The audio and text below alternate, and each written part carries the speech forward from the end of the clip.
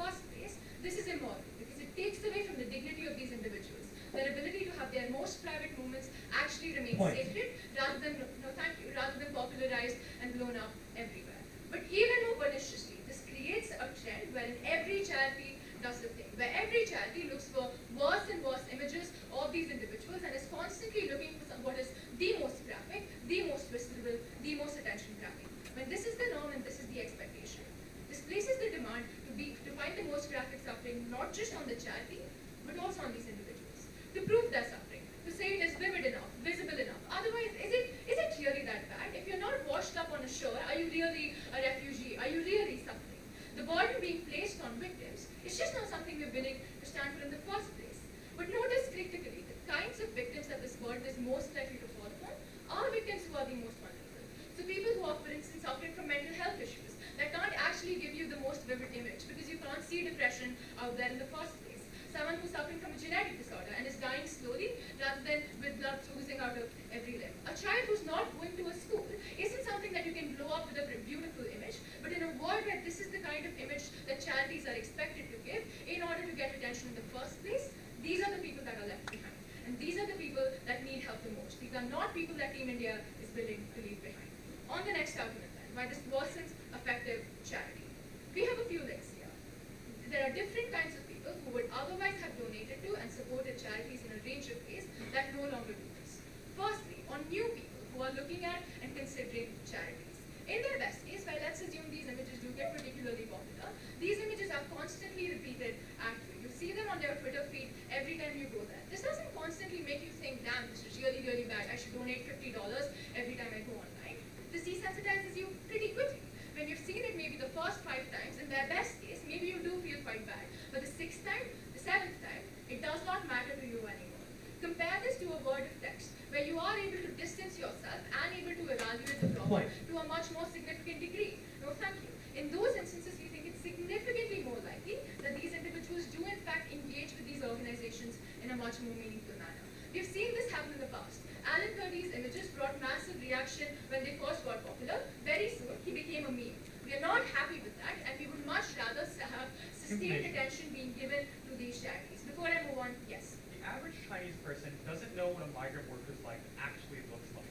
How do you bring these images to the forefront of your side of the house? I have a few responses to this. I would presume that, like, if this is about, say, migrants in China, I'm not sure the Chinese government would be really happy with blowing up these images on Twitter anyways. But secondly, and more crucially, they never really gave us a reason why things like text are things that individuals are not able to engage with. We think the vast majority of people, especially if they're the kind of people who are likely to do things like consider donating to a charity in the first place, are the kinds of people who have the ability to make rational evaluations of a problem. I'm going to tell you more about why these very people become less and less likely to actually support these institutions when you have images of homelessness.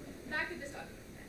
In their best case, when these images do get this attention, do get this retweeting, do get this immediate belief, even then the likelihood of donation goes significantly down.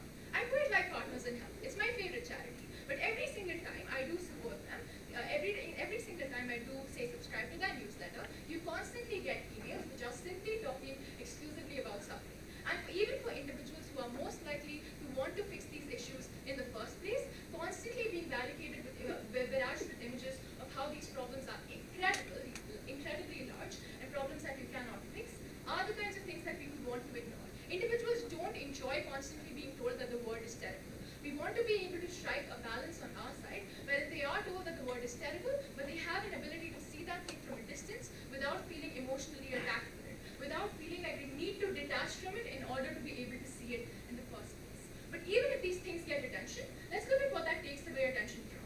A few things.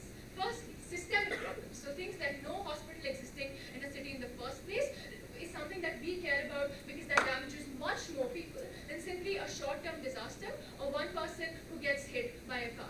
We'd much rather have the ability for charities to campaign on issues that aren't that visible but do affect a larger range of people. Distributed impacts, like everyone, like a country entirely having a maternal mortality rate that is quite high, even if that doesn't mean that you can see individuals dying in a visceral manner. Secondly, it becomes harder to compare effective and ineffective charities at the point at which everyone can have a visceral image. You can't really see which charity is able to actually fix it. You can do those things with text. You can do those things with images of these situations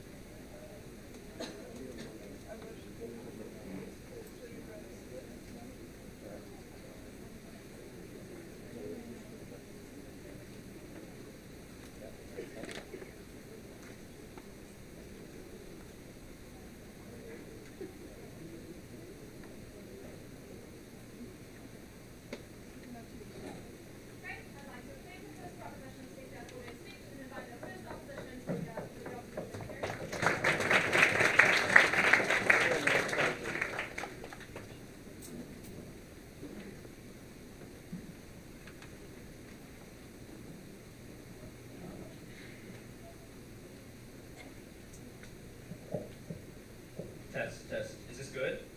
Okay. Decades ago, the photos of a little girl burning when she was covered in napalm was able to spur a movement that ended the Vietnam War. When a picture of a father and his daughter who were washed up on the shores of America were publicized and went viral online, people were forced to discuss it in the democratic debates and online amongst one another. When the self-immolation of monks brought on the biggest movement of support for the Tibetans who are constantly being oppressed in China, and when photos of a rhino whose horns were torn off of its head by poachers was able to generate millions of dollars in just the last 3 days, we would say that the greatest power that people have is the ability to empathize, and that is access through the photos that we empower charities to have on our side. It is the things that you look at that make you care, things that make you want to cry, and things that make you want to change with your bare hands the problems that other people suffer, that are the way we can make sure that suffering is relieved on our side. The greatest problem that I had with that previous speech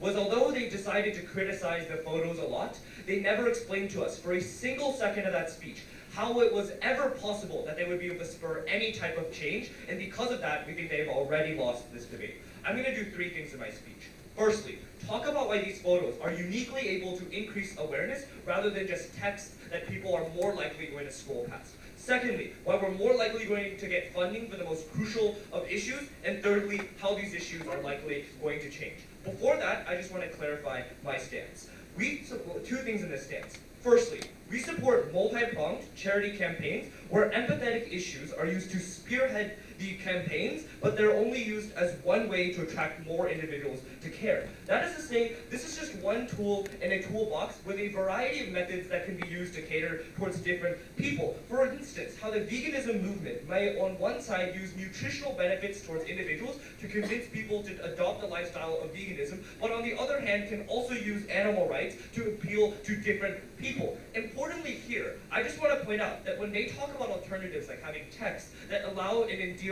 long-term care, we can have those things too. But the important link that they forget is that they never have an attractive force that can allow people to ever care in the first place. And secondly, I want to talk about what these pictures are likely going to look like and what we stand for. Because obviously, we're also going to regulate what type of pictures are going to come out. We must make them ethical and consensually acquired. And importantly, this deals with the first argument that they talk about. Because they say, well, these individual charities are likely going to take pictures of people who don't consent to it, who don't want to have photos taken of them. I think it's quite easy. A, we'll ban these charities from taking these photos and posting them online, and B, we think that there are natural incentives as to why charities don't want to be seen as unethical and unmoral, because it loses them the moral high ground. That is the very reason why they generate money in the first place. So then, I'm going to move on firstly onto why we create more awareness. Before that, sure. Can you explain why this is different than a charity to protect survivors of sexual and domestic violence? You think that's going to be the best?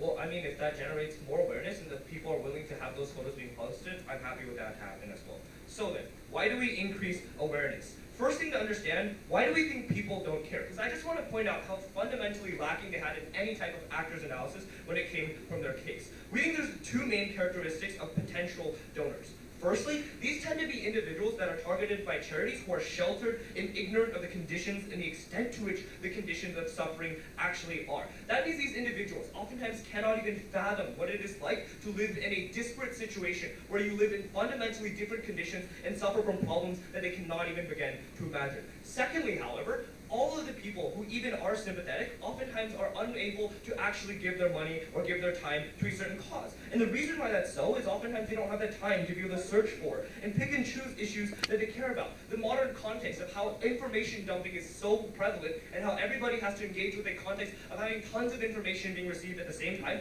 means it's very hard to differentiate what matters and what doesn't. Importantly, when humanitarian organizations can grab your attention with a photo that is unlike anything else that your friend might post on Facebook, it means that your attention is instantaneously taken. Why then are graphic images unique? They tell us we want to use text as an alternative. But I would just like to point out that texts are much harder to access. The people that access text tend to be people who already care, who are willing to go online and search for articles about specific issues that they have knowledge of. That's probably not what this debate is about, because on both sides these people are likely going to care. The most important actor, however, are individuals who in the counterfactual would not be donating. We think this changes for 4 reasons on our side.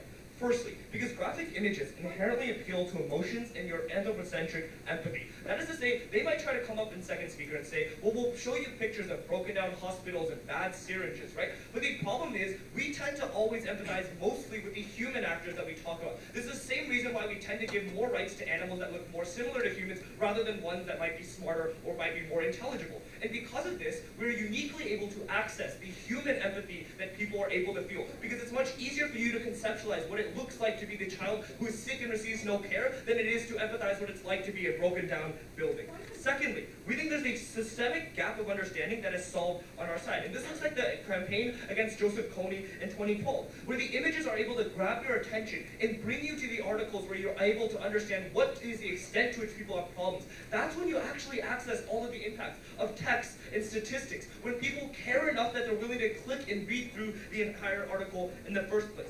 Thirdly, images can also help convey powerful images. And this is like the girl covered in napalm burning in Vietnam, where posters at the bottom of them can say, "End war," because the innocent people are dying. Because the powerful messages that are written at the bottom of a photo are the ones that people are going to gravitate towards, not the paragraphs that you say are going to be emailed to them. But lastly, we think it's also easy for these images to be shared and go viral. That is to say, nowadays on social media, one of the most important impacts that we can access is the fact that tons of people can see them when these images and these videos can go viral. But note importantly, it is much easier to consume an image than it is to consume an article. And it's much easier to brush by it and scroll past it than it is an image that instantly grabs your attention. They tell us, well, this might desensitize people. I would like to point out firstly that this is systemically just unlikely, because charities aren't stupid. They want to gather more funds, so they're not going to keep lambasting you with the exact same images. But secondly, I just want to point out what the comparative in today's debate is. I would be okay if someone is donating once a month, getting fatigued, but then only coming back after a few weeks, but to donate again, than someone on the comparative who never donates, because that text just doesn't have enough gravity to be able to pull them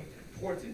Secondly then, why do we get more funding on our side? I think firstly, it's because people now become more aware. That is to say, A, individuals have an emotional connection that compels them to continually donate because they actually understand the problem, but B, also because they believe that they can make change, because they can actively sympathize with the individual case that they're trying to solve. It's very hard for me to conceptualize what my $10 does to solve systemic poverty in a country, but it's much easier for me to understand that the kid that I'm seeing in front of me may be much more nourished if I am donating to him. But lastly, this also breaks down the barrier to donating in the first place. Because a lot of times people will rationally consider and be skeptical of charities. The reason why is people have natural incentives to find excuses not to give up their money and their time to a specific issue. However, the images are able to overload this and take away any reason why you would not be able to justify not donating on your side. The impacts of this come twofold. Firstly, we think on an awareness level, this pushes things to a political forefront, where politicians have to cater to the interests of individuals. This looks like individuals who are pushing for more politicians to discuss the issues and crises that are happening in the modern day. But secondly and importantly, the money in and of itself, as a one-time short-term solution, can oftentimes fix the problems up front and save millions of lives that are left abandoned on their side. Because of these reasons, we're so very proud to oppose.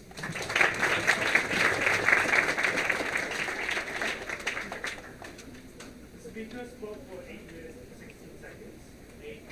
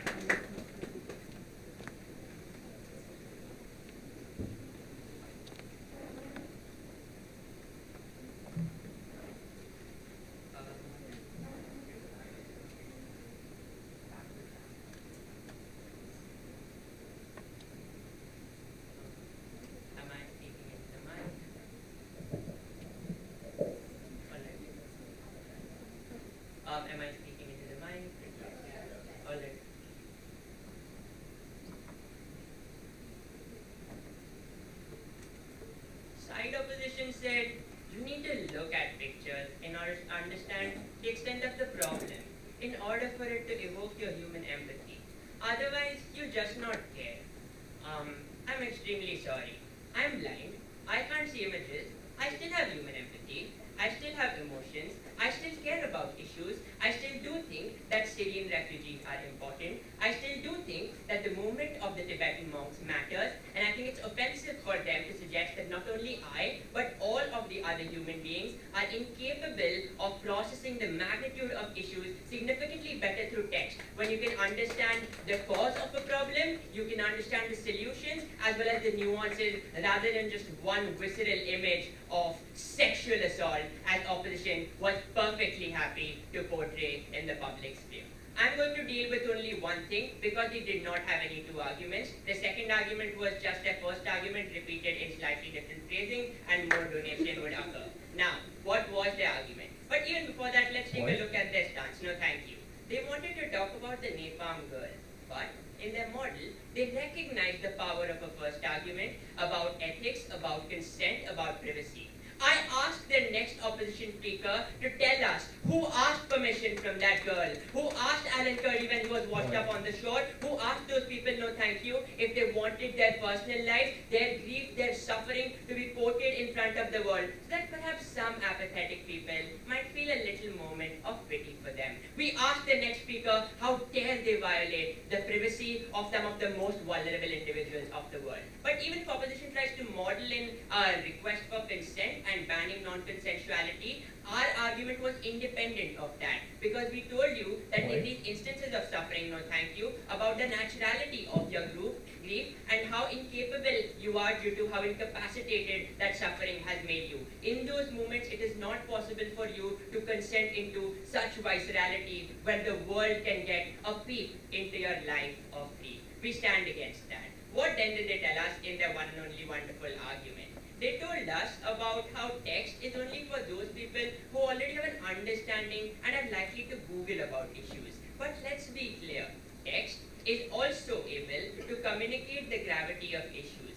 Why is that the case, and uniquely better so than graphics? Graphics of individual suffering are often problem-oriented in order to incentivize, no thank you, that moment of pity, that moment of sympathy. Oh my goodness God, this is such an irreparable problem. Poor fellow. On the other hand, what does text provide you in a uniquely valuable fashion? It provides you, one, the cause of the problem. Two, the scale of the problem which opposition wanted to claim, whereas in fact a picture of one individual does not capture how many thousands, if not millions of people, no thank you, are stuck in Africa in impoverishment. Opposition uses these people as a poverty pawn to advance their own objectives under their illusion of how charities are best likely to operate. What this means is that their point about how people don't understand text and are unlikely to gravitate towards text when they are new does not stand at all.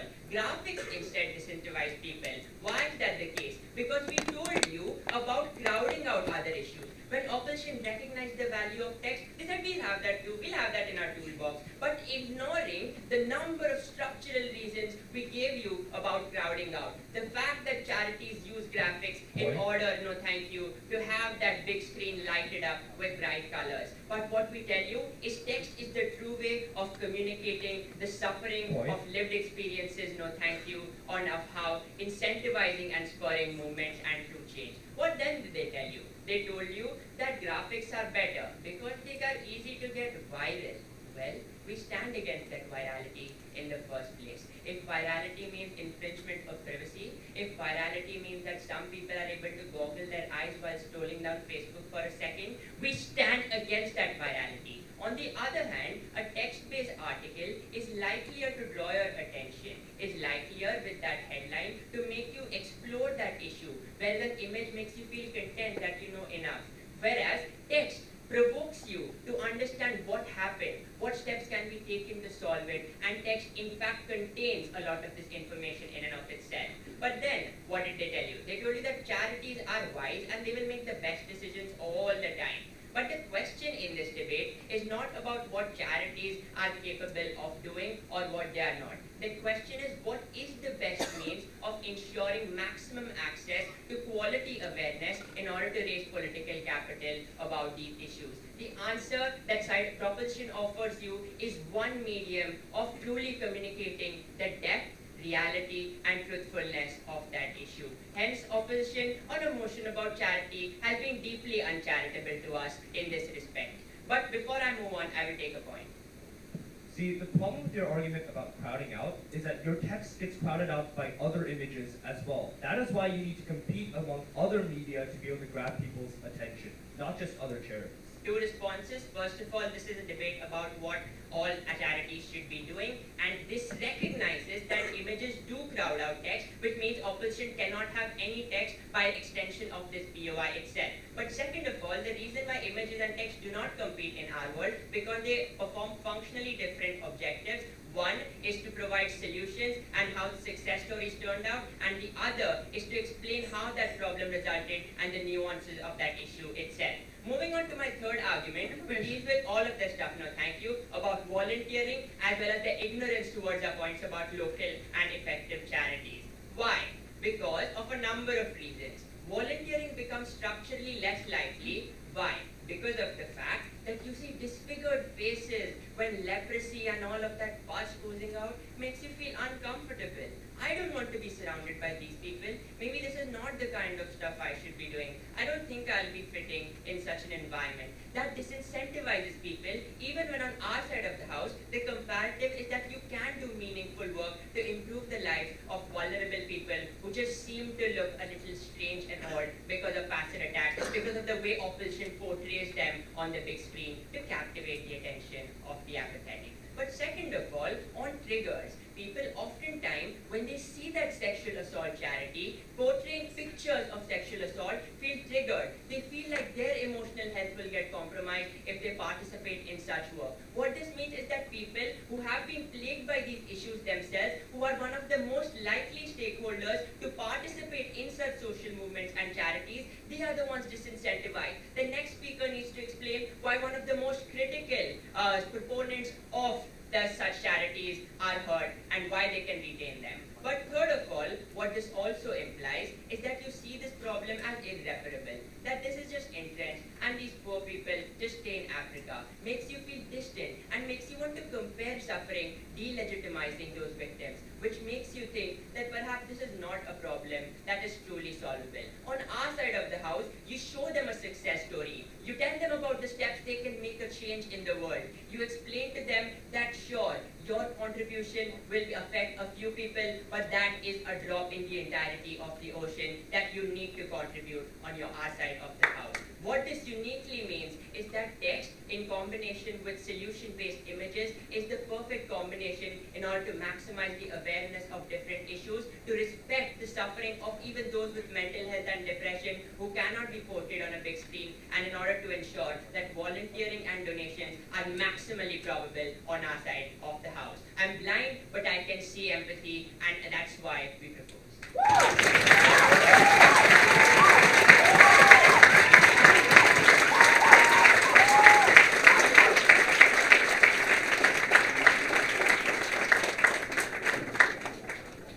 The speakers spoke for 8 minutes and 26 seconds. 826.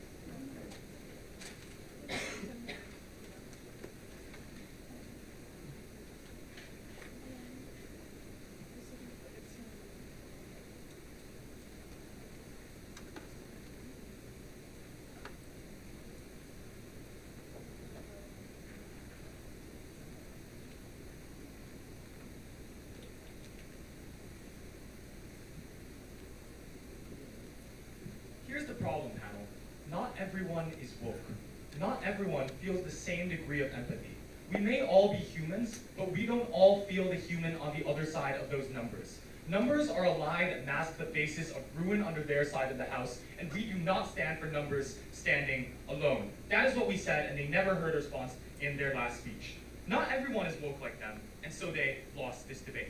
What I want to point out is a few things before we start in two clashes in this speech. First, on their argument about moral bankruptcy.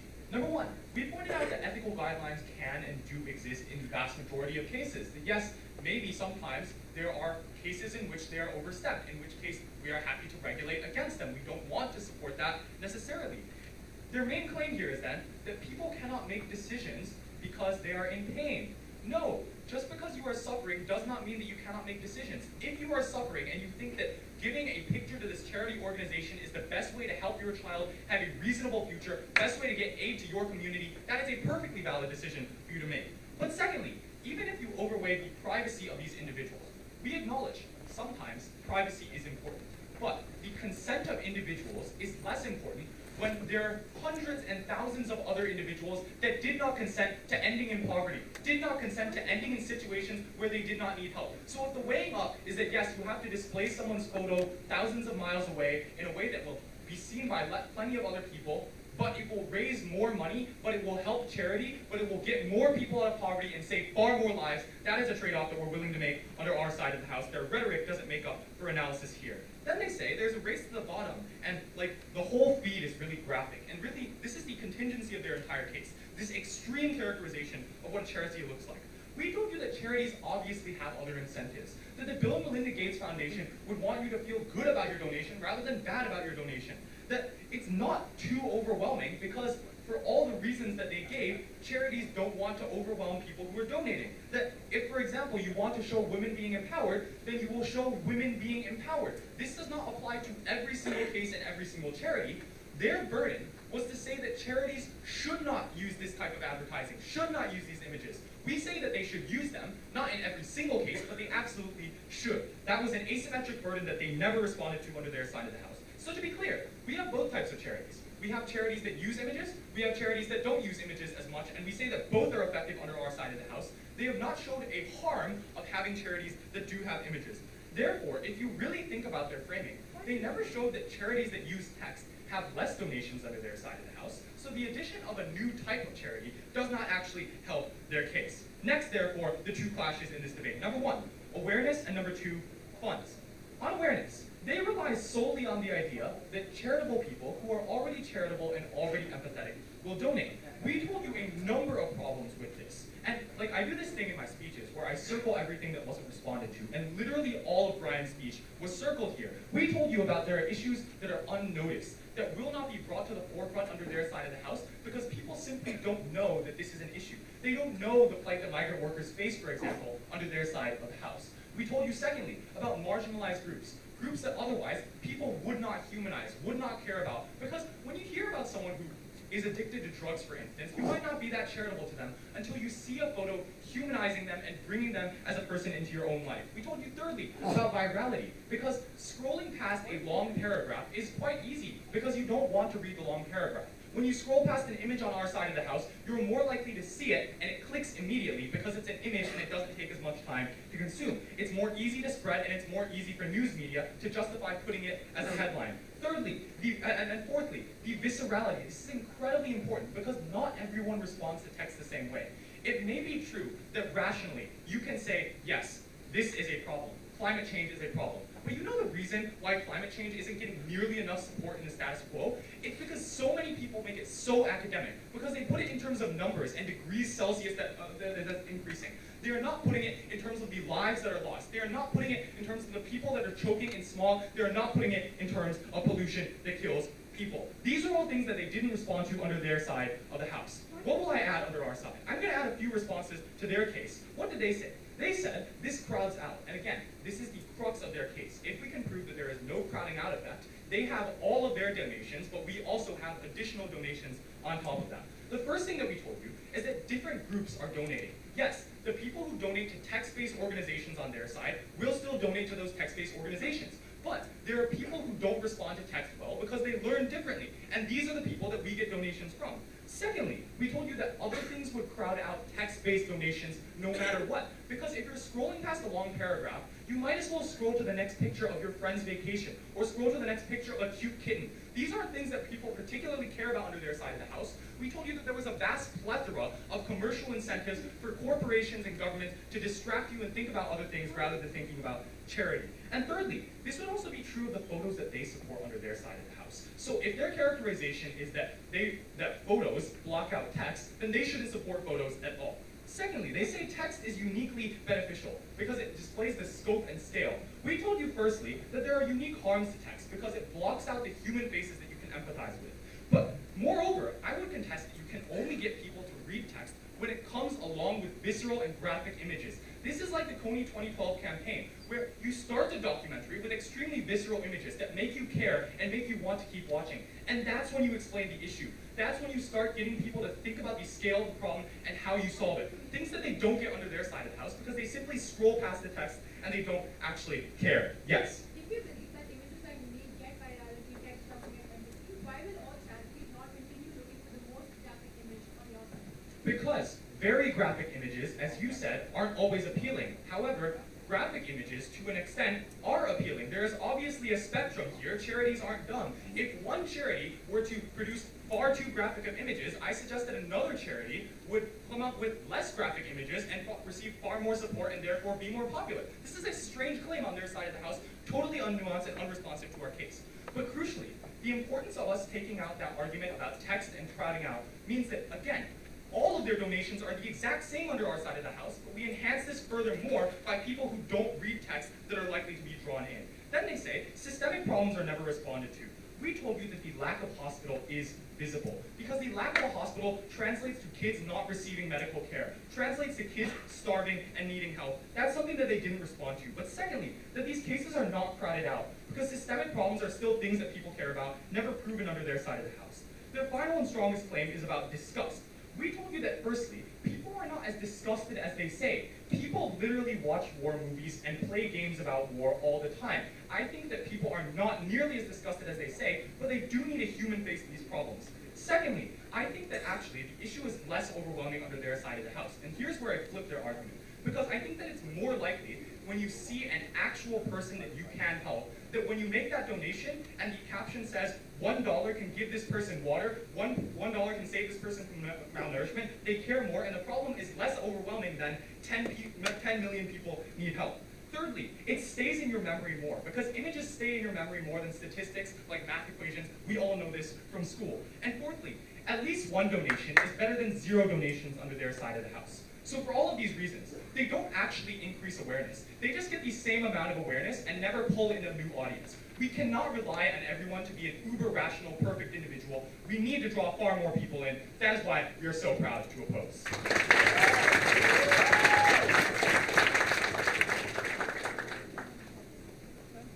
Speakers, vote for 8 minutes, 17 seconds. 8-1-7.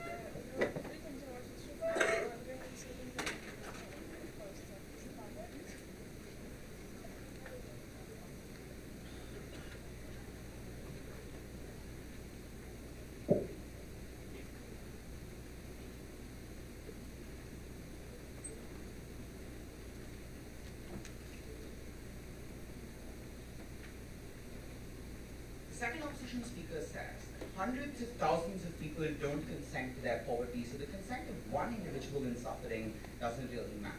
But if they were so willing to instrumentalize the suffering of one person, why did they require consent at all? They themselves recognized that the image of the napalm girl was really, really effective. They themselves recognized that the image of the refugee family washed up on the shore was really, really effective. It was unclear why any form of consent existed for them. But if they really believed that they cared about the consent of hundreds of thousands of people, I, as a sexual assault survivor, did not consent to an image of a sexual assault survivor who consented to post their image of suffering on social media platforms. It makes it far more likely, as we pointed out in our second speech, and they dropped entirely. People who are often the key supporters of the movement get triggered. Don't donate to these charities are actively hurt. Their privacy rights are actively violated. But their case was hinged on this information being of a high quality. Again, it was interesting that they didn't engage at all with our second speaker's argument on why this information was not of high quality. It was not representative of the suffering of the most vulnerable, of people with mental health disorders, of people whose suffering is invisible. We wanted to make that suffering invisible. They stood for sad reacts, we stood for change. 3 questions. First, is it principally legitimate to place these expectations on people who are suffering? Secondly, how does this affect the effectiveness of charities? Thirdly, on the quality of information. Firstly, is it principally legitimate to create this expectation? They told us that they want this information to be ethically and consensually acquired. They will ban any kind of charity from doing things in a non-consensual way. But we pointed out in our first speech, and they never really engaged with it across their first and second speeches. I have this in a red box as well, second speaker. But the structural reasons we gave you in our first speech for why this consent does not exist, specifically that it places an expectation on other victims, on people who are poor, on people who are suffering. They are told that if they want their suffering to actually be legitimized and humanized, they need to have an image about them. Literally, their second speaker says it's a legitimate choice for these people if it's the only way to alleviate their suffering. You create this, you make this the only way for them to alleviate their suffering. That means people whose suffering, no thanks, is invisible are the ones who are hurt the most. Their second speaker says the most marginalized aren't humanized in a world of just text-based information. I'll get to this in a moment, but the most marginalized neither have charities looking out for their images, no thanks, don't have grassroots charities who can afford the high-quality cameras you need to actually get a picture about them, and people with mental illness, people with the largest scale disadvantages are the ones who are hurt the most. Images are deeply, deeply unrepresentative, no thanks. A picture of me on my wheelchair for 2 weeks looks the same as a picture of a person with a long-term systemic disability, right? That is a serious problem. We want to ensure that the kinds of information that exist for the vast majority of people is actually preserved. We, on the other hand, care about the rights of privacy of these victims, of people who we did not want an illegitimate expectation placed on them. The burden should not be on them to relieve their suffering. The burden should be on all of us as people with privilege to relieve the suffering of the disadvantaged. Second question, on the effectiveness of these charities. They told us they support a multi-pronged model for charities to adopt. This is just one tool in a toolbox, guys. We can have text-based information, no thanks, as well.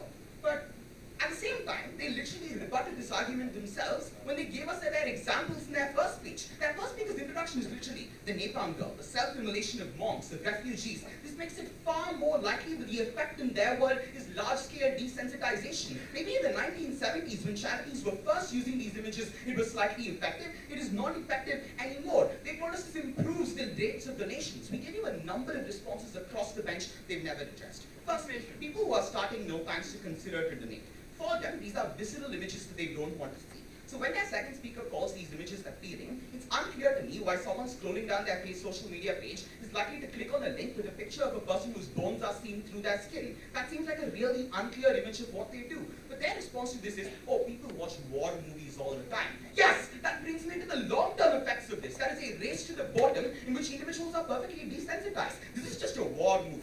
This is just a violent video game. People who watch war movies are far less likely to empathize about the Israel-Palestine conflict, guys. That's what we brought to you. We told you that charities should use their tools in a sparing way. And at the point where they create this race to the bottom, it is really, really damaging. Their response to this is, don't worry. Charities are great at making these kinds of decisions. They will make these decisions in a sparing way. But the problem we identified in our first speech is the tragedy of the commons. That is, for the first charity charity that emerges, it is useful to use no thanks an initial image to get them on board. But when more and more charities start doing this together all at the same time, they stop other individuals from being able to access it. Stop other charities from being able to weaponize this image as an actual tool that they can that they can use to help the poor. As a result, the most disadvantaged individuals have their problems desensitized. Have people click sad reacts on Facebook and scroll down even more. That's not a world no thanks we could ever stand for. But we also gave you analysis in our first speech that they entirely dropped. Firstly, that hopelessness is engendered. That is, if I like a particular charity and they keep sending me an email about a large social problem with no image of the solution, it makes me hopeless. It makes me think this problem simply can't be solved. Why bother? No thanks donating to this charity. Thirdly, we pointed out that even if there is attention, it takes away attention from real systemic long-term structural issues. And at this point, their first speaker and second speaker had a disagreement that we encourage them to resolve right now. Their first speaker said, an image of a broken hospital is never useful. We need images of individual people. Their second speaker said, people can see if a hospital doesn't exist in a community. We would suggest, in fact, that the first of these is the more likely option when all you're using is graphic images of individuals. In our world, we ensure systemic change, no thanks. An image of a child going to school is much more powerful at the point where, in the long run, you can ensure that educational change is engendered and far more people have been helped. And let's do some weighing here. Even if in our worst case, some fewer people donate to charity, $1 invested in creating a sustainable education program is much better than $1 invested in fighting the Haiti earthquake because it was a natural disaster that occurred, no thanks, 1 week ago. That's why when the Haiti earthquake occurred, charitable donations to other sustainable long-run charities actively reduced, right? That's a world that we could never stand for. Finally, they told us the people who use text-based images are going to donate to charity, no thanks, anyway. The problem is that in the vast majority of instances, these kinds of people will have ethical concerns, right? Active ethical concerns which will prevent them from doing things like charitable donation. Let's look at the third question in this debate then, on the quality of this information. They told us this is information dumping, it's hard to find out what happens, what not. Go for it. So, a clear description of war crimes occurring on the ground, the scale and impact of them, could also be triggering even in text form. Would you support that? Firstly, it's much easier to have a content warning for a text description than it is to place content warning sexual assault on an image of sexual assault occurring. That's a bizarre conception. Okay, we pointed out that even if they get this kind of information, it is actively misleading information. An entire argument in our second speech. Specifically, we said that what this does is it engenders stereotypes about the poor, about the vulnerable, about the disadvantaged. It tells you that the poor are all these people who are so thin that the bones are spiking out, they have no ability to improve their conditions. We gave you this analysis in our second speech. Absolutely no response. We pointed out that in a number of instances, images are deeply underrepresentative. At the point where you can't compare images to suffering. At the point where you don't know the scale of the problem if you just use images. In our world, we had a very clear alternative. An alternative that thus wasn't just text-based images. An alternative that was live, give directly live, showing images of people which are actually empowering. Telling you that this person, you gave them $800, they are actually better off. These images don't suffer the same crowding out problems that a graphic image does that causes a person to scroll down. If they really cared about the most vulnerable, they were the team that instrumentalized their suffering to hurt the other vulnerable individuals, to hurt the hundreds of thousands of individuals their second speaker cared about. All they stood for was sad reacts and empathy. We stood for actual sustainable change.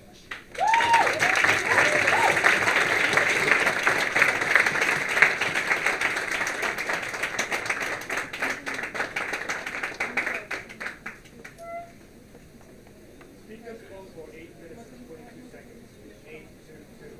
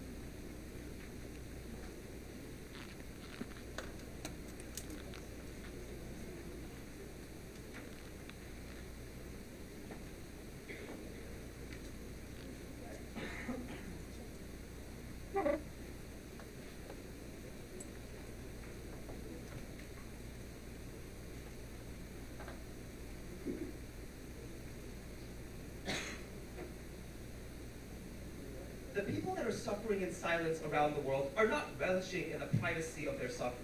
They are those who want recognition of their conditions the most. They are those who want to be seen, who want to be heard by the world, and who want to let their cries actually be noticed. And that's what we do on our side of the house. I have 3 questions in my speech. Firstly, a weighing of their principle. Secondly, who best improves conditions. And finally, who best raises awareness. So firstly, let's talk about their principle.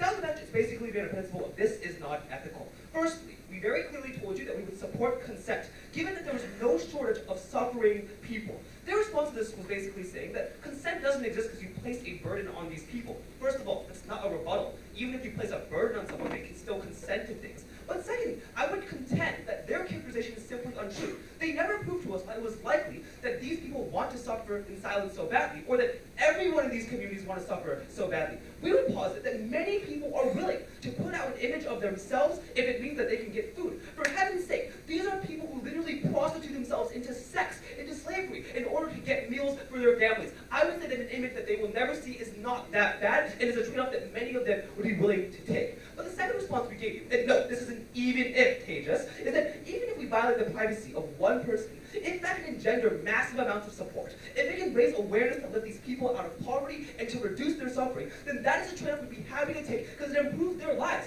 For example, when we had images of Malala being shot in the head by terrorists, that raised money to fully fund brain surgery for her, to give her a scholarship. All of these things were things that were engendered in our side of the house through visceral imagery. And I think that's a trade-off that people who are victims would probably be happy to support. Then in third, they wanted to shift their principle a little bit and say, oh, but the principle also considers those who get triggered. We gave you 3 responses. Firstly, that you rebutted yourselves insofar as you said that trigger warnings are a thing. That is already a thing in most images, even if you look on Instagram. But secondly, the triggering often doesn't occur just from images. It occurs from flashbacks to your own memories and your own experiences, which would also happen on the comparative if you had text deeply describing and detailing those experiences. It is symmetric in every sense. But thirdly, if you characterize these people as those who care so much about these issues, who are personal victims of them, they would probably just donate to a less offensive charity. There are a multiplicity of them exist, and they'll obviously seek to differentiate ourselves. On the principle, they clearly lost. Second question then, who best raises awareness? And I'll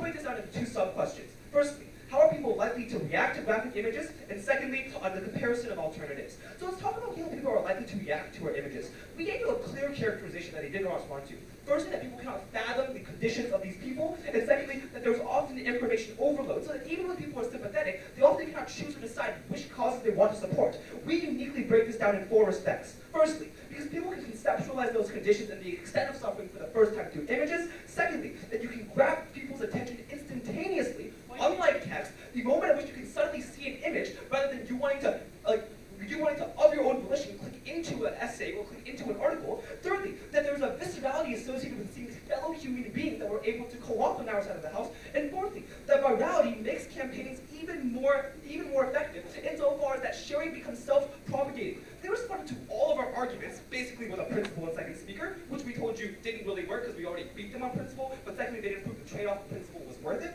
So what did they say in third speaker finally on the comparative? They gave us 2 responses. The first thing they said was, this desensitizes people. But we told you very clearly about the incentives of charities that they want to be effective. Then they said, oh no, but it's the tragedy of comments, because this was an effective method. First of all, it is not a tragedy of comments if desensitizing someone is generally a bad method of getting them to donate, because then no one would do it, given that when you overload people with images, then that desensitizes them. That means that there is no such thing as a tragedy of comments. If putting out more graphic images hurts people and makes them not want to donate. The second response they said was, well, people don't want to see these images. We gave you 2 responses to this. Firstly, this is largely an assertion that often people don't know about these images, and seeing them makes them woke. It makes them recognize these conditions for the very first time. I think it is a value judgment for them to say that people don't want to see other conditions. I mean, for God's sakes, we read about the news all the time. We read about wars in Syria, because those are things that capture our attention and things we want to know about, because we genuinely care about humanity. But the second response to this argument is that even if people don't want to see it, it is important for people to recognize an ugly truth. Just because it is a truth that people don't want to hear about, just because it's not comfortable, people should still learn about things like the Me Too movement. They should learn about sexual harassment, even if it's not pretty. And that's what we're able to do on our side of the house. Second subclash then, how the comparison of alternatives. The first thing I want to note that they did not respond to was that these are not exclusive alternatives. That images are able to supplement the text they wanted to say. The only response to this was trade-offs that Matt already conveniently dealt with. Here are 2 responses that they did not respond to. The first response he told you was that charities are not the only organization that uses images, meaning that if we accept your trade-off happening, the trade-off is not just between charities that use graphic images and those that don't, but charities versus all media in general that still uses lots of images. So charities will never be clicked on, they will never be chosen, and they will never receive the attention of people. But secondly, we told that clearly speaking, these are different groups of people. Because the person who clicks into an in-depth article, an op-ed that details the experience of someone suffering through a certain condition, is clearly different from the person who sees a visceral image for the very first time. And that's a subset of people that they do not account for on their side of the house. Those are people that we were able to rope in. What were their responses? They gave us two responses, largely speaking.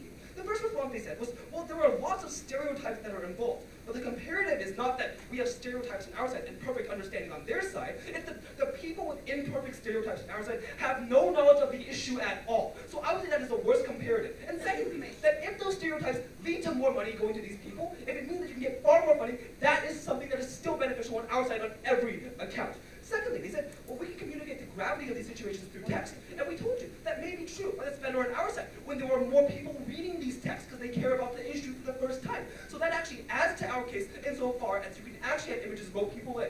Images are what make people care. That's what awareness is all about. So why was it important that awareness happened? Because it didn't respond to our thing about raising awareness. It means that issues become relevant to the public conscience for the very first time. It means it can create pressure on governments to change their ways and to actually change these problems and fix them for the first time. When just an issue that society condemns is important and an issue that people want to focus on, then it becomes the center of political debates. Then it becomes issues that people will vote on. And that's what you get on our side of the house. On their side of the house, these issues exist in the unknown. Before I move on, yes. Can you tell us the first time I heard opposition why a graphic image of suffering is uniquely better than an image of a person who was benefited by $800 from gift to them? Yeah, okay, so I'll talk about like their other alternative, which was empowering images. Here's the thing, they do not convey the extent of suffering. They do not grab your attention in the same way. In fact, in many instances, they underplay the circumstances that these people existed. So I would say that they say, hey, it's not that bad. Look, this person's getting better. On our side of the house, you communicate the worst situations. That is crucially important. Final question then on who best improves conditions. We gave you mechanisms that were not responded to about what makes people donate. Firstly, believing that they can actually make a difference. They say, well, these issues are seen as impossible on their side of the house to solve. But that's exactly what statistics do. Images come at an individual level that people can empathize with. They can make the difference in one person's life as opposed to 1 million people suffering from starvation. That is something that we're able to do. The second thing we told you was that there was an emotional impetus. The only thing they said was that there were lots of trade-offs involved. Firstly, their trade-offs are contingent on the first clash that people would otherwise care, which we showed you they don't care because the subset of people that we attract on our side aren't attracted on their side at all, so these people don't get recognition of like non-visible issues. But secondly, they said that there were they said that you often trade off against systematic issues. We gave you two responses again. Firstly, that ad campaigns are different from what charities do, because charities use ads to attract people in, but they know how to allocate money the best to actually benefit people on the ground. But secondly, that these things are visceral. It's not just about a broken hospital. It's about people who don't get treatment because that hospital is broken. We convey that in our side of the house, get money to build hospitals, and for those reasons, we're proud to oppose.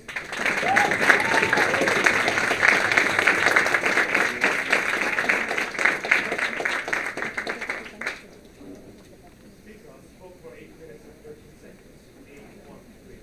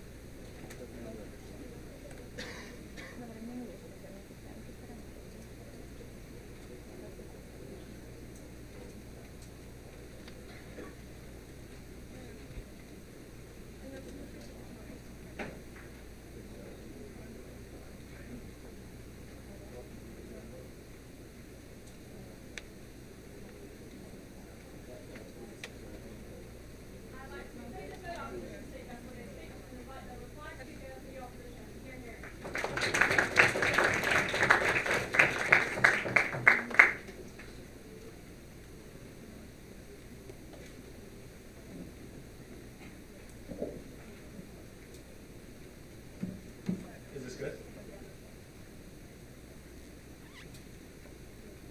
I want to close out the opposition case with a number that may seem relatively small. 7,000. 7,000 is the number of Filipinos killed in extrajudicial killings in the last 3 years. But 7,000 doesn't tell the full story. 7,000 masks the faces and the families of those that are mourning.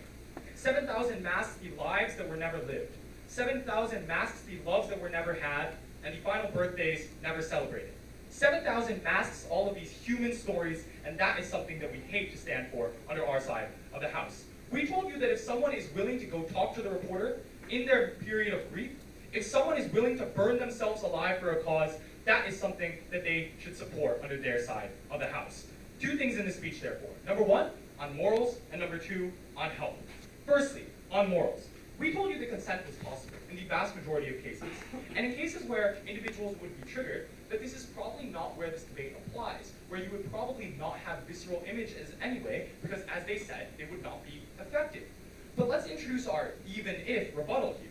We told you that rights are only valuable when you can exercise them. So even if there is an invasion of privacy, that this right to privacy is not meaningful insofar as people are starving, insofar as people cannot exercise their basic right to live safely under a roof with food, with conditions in which they know that their children will grow up safe. These are things that they did not respond to under their side of the house. But moreover, we told you that text can be equally invasive, to which we heard no response, but trigger warnings are easier on text with no further explanation.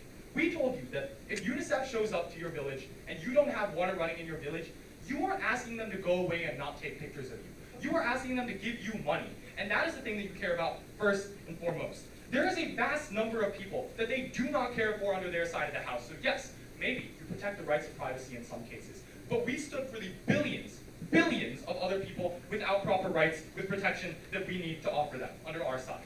So therefore, moving in, how do we address health better? What did they say? They said, well, disgust and triggering lead to fewer donations for charities that use visceral images. The first thing that we pointed out is that this is not actually a harm toward our case. That at worst, it mitigates our case and does not harm any of the impacts on their side of the house. Secondly, we told you that charities have no incentive to do this, because if it is truly so disgusting, then they would either moderate or other charities would overtake them in donations. Thirdly, we told you that would be the exact same under your side of the house. If images are so visceral and crowd other things out, then the images that they support would do the exact same thing. And other types of crowding out would occur. And then finally, you would donate to a different charity in the absolute worst case. So if you see a charity regarding, say, climate change that really disgusts you and its ad campaign disgusts you, according to them, the people donating are reasonable people who want to donate and are sympathetic and would donate either way. In terms of crowding out, we told you that the actual opposite happens. If text is valuable, people only read text when it is accompanied by something that grabs their attention. And that attention is not grabbed by a long paragraph. That attention is grabbed by seeing something that shocks you. Maybe it's not something that makes you feel entirely pleasant, but something that makes you pause. And even if their case is true, again, there is no impact here. So what I want to recognize about their case is that no one looks on their side of the house. Maybe they get some donations, but they're incredibly meager. We get far more, and they never prove that our donations actually are mutually exclusive or harm their donations at all. We told you that you need to have suffering because people respond to viscerality. Because a smiling woman with a washing machine is not going to cause people to stop. They'll actually cause people to think that the problem's over. So in closing the speech, I just want to play the number games that they've been so focused on their side of the house and beat them at their own game. Over 1 billion people live under the poverty line today. That means that they cannot sufficiently sustain themselves, send their children to education, or have any of the benefits that we have in our lives. Around the world, almost 100 million people are displaced from their homes, are refugees. 7 million people die from air pollution in China every single year. These are huge problems that they never address under their side of the house, because in standing for privacy, they did not stand for the rights of these people. This is not about sad reacts. This is about tragedies that they never face. This is about the masking through numbers. This is something that we oppose under our side of the house.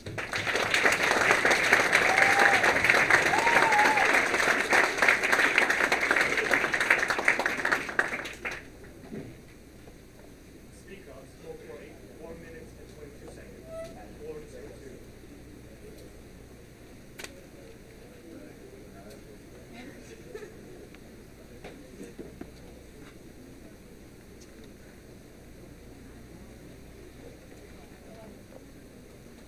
I'd like to thank the opposition for trying to do that and invite the science speaker for the proposition to close the debate. Here, here.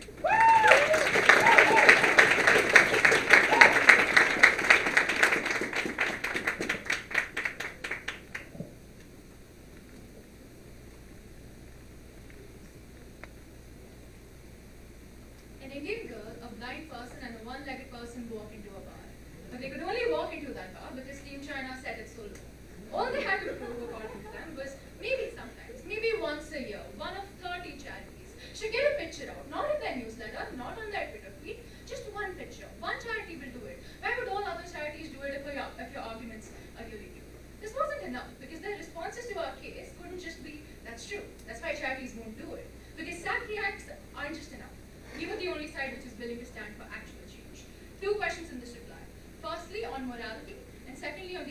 the effectiveness of charities. On the first question of morality, they couldn't really decide what their stance on consent was throughout their three speeches. In their first speech, they wanted to ban and take down images that weren't consenting. In second speech, they were happy with the napalm girl. They really needed to figure this out, and their third opposition really decided to ignore our clash with this. But all they decided to say instead was, but even if this law does exist, we gave you structural analysis for why their policy created massive pressure for individuals to be forced to consent into this. That's not real consent, that is coercion.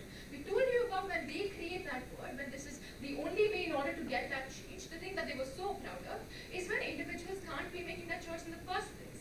A Bangladeshi mother who has to be forced to look into a truck-sized camera when her child is being murdered are people who we should care about. The reason we feel uncomfortable about having these people's tears on the big screen when they are at their most vulnerable is because we should. It's because these people matter, and their dignity matters. And our side was the only one which wanted to protect it. They can't simply weigh out all the people that are suffering, simply saying they would probably want this in the first place, when we gave you reasons for why these are movements that matter to them. We also told you about placing the burden on these individuals, things that they never responded to. So people with mental health issues, not one word throughout their 4 speeches on these individuals. A child who doesn't have a school right now, and that maybe doesn't look as visceral as someone with a big cut on their leg, but someone who is still suffering to the same extent. We didn't think these individuals should be the one who have to prove that their suffering matters by having to make themselves look more and more viscerally hurt, having to put themselves out at their most vulnerable. That wasn't what we were willing to stand for. But on the next question, on the impacts to charity, notice crucially that all the examples that came out in their op-doc, things like Me Too, things like Malala, weren't really cases with images in the first place. But secondly, and more crucially, they rebutted their own case at many, many times throughout their 3 speeches. They couldn't decide, because every time they wanted to rebut our argumentation, they said, but text is still visceral. Every time they wanted to make an argument, images were more visceral. We were much clearer. We recognized that images could be more visceral, but they were visceral in a way which was truly damaging. Here's why we told you that was true. Firstly, on the people who aren't woke right now, the only people they wanted to talk about, we told you 2 things on these individuals. First, we gave you analysis for why the average person, especially the people who aren't woke, don't want to be made to feel deeply uncomfortable about these kinds of issues, about how these people are most likely to be desensitized if they've seen the war video games that their second speaker was proud of, how these things in fact become normalized, and even if in their best case, the first image makes you a little bit too sad, the next, second, third, fourth images don't mean anything at all. Even if, in their best case, these people retweet that image, it gets more attention, they feel woke, and they don't actually do anything in order to fix these images. We weren't happy to stand for that. We also told you about how these unwoke people were most likely to be prey to the stereotypes our second speaker told you about. No response to this entire argument. It's not enough to say charities don't have that incentive. That's our case. Because really, we told you about how things like volunteering were critical to development and how they disincentivize people from doing that. But we also told you about people who are donating right now, how they become less and less likely to donate at the point at which you don't see a solution which exists, when you don't feel like your dollars matter, and secondly, about how you're more likely to feel like this charity does not stand for you at the point at which the images they show you are likely to trigger you. The comparative on our side was one of more effective charities, of the ability to compare charities, of the ability to fix systematic issues, of good quality of information. Tejas isn't as worthy of sympathy as someone with an actual disability. We wanted more than just sad reacts. We wanted to stand for change.